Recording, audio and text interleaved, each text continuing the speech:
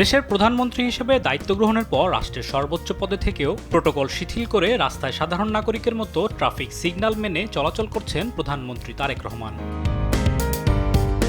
সরকার প্রধান হিসেবে প্রতিদিন দাপ্তরিক কাজে বের হলেও তৈরি হচ্ছে না অতিরিক্ত যানজট, নষ্ট হচ্ছে না সাধারণ মানুষের কর্মঘণ্টা, আবার ব্যক্তিগত গাড়ি ব্যবহার করায় বেঁচে যাচ্ছে রাষ্ট্রীয় অর্থ।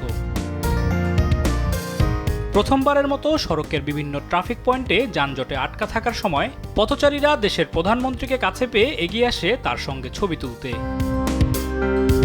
নতুন প্রধানমন্ত্রী হিসেবে শপথ গ্রহণের পর সবার আগে সকাল ৯টায় অফিসে পৌঁছালে ব্যস্ততা বাড়ে মন্ত্রিসভার সদস্য ও সরকারি কর্মকর্তাদের। এছাড়াও নিজ কার্যালয়ে তিনি খোঁজ নিচ্ছেন মায়ের পুরনো স্টাফদেরও। ভিভিআইপি প্রোটোকলের বাইরে এসে এমন সাদামাটা জীবনযাপনে ব্যাপক প্রশংসা পাচ্ছেন নতুন সরকার প্রধান তারেক রহমান।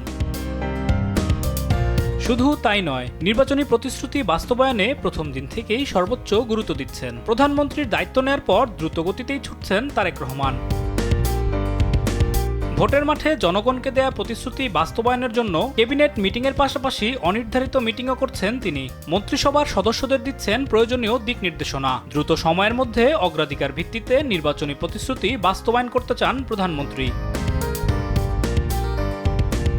এর অংশ হিসেবে ১৮০ দিনের কর্মসূচি নিয়েছে সরকার। প্রাথমিকভাবে অগ্রাধিকার পাচ্ছে ফ্যামিলি কার্ড ও কৃষক কার্ড। এছাড়াও হয়েছে প্রতি বছর ৫ কোটি করে বৃক্ষরোপণের সিদ্ধান্ত।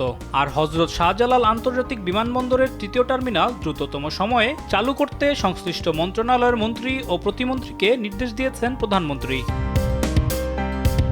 আলিমুজ্জামান সাফওয়ান, দেশ টিভি, ঢাকা।